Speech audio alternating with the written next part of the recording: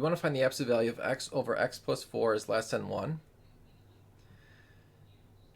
Whenever you have an absolute value being less than a number, you can just write it as whatever is in the absolute value between the negative version of it and the positive version. So x over x plus 4 is between negative 1 and 1. So what this means is we have a compound inequality, and so x over x plus 4 is greater than negative 1, and x over x plus 4 is less than 1. So what we have to do is solve these two inequalities separately. And starting with the first inequality, we're going to bring the 1 over and then get a common denominator.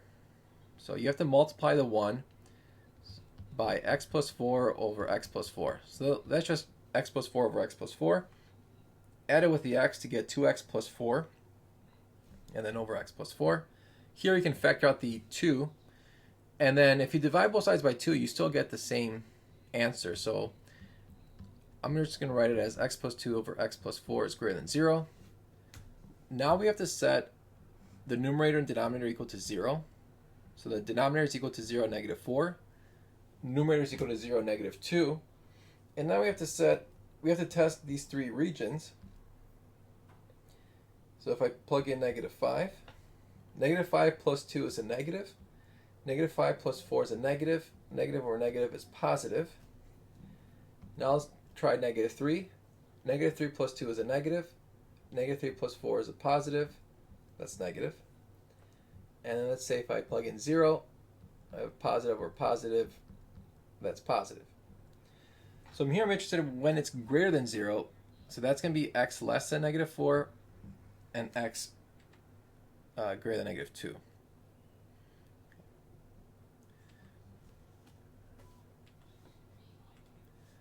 So I'm just going to write it here.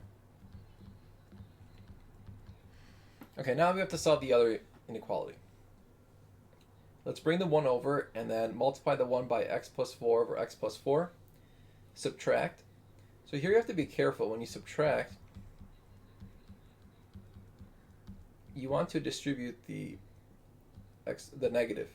So it's really x minus x, that's 0, and then you have negative 4. So it's negative 4 over x plus 4, and you want to see when it's less than 0.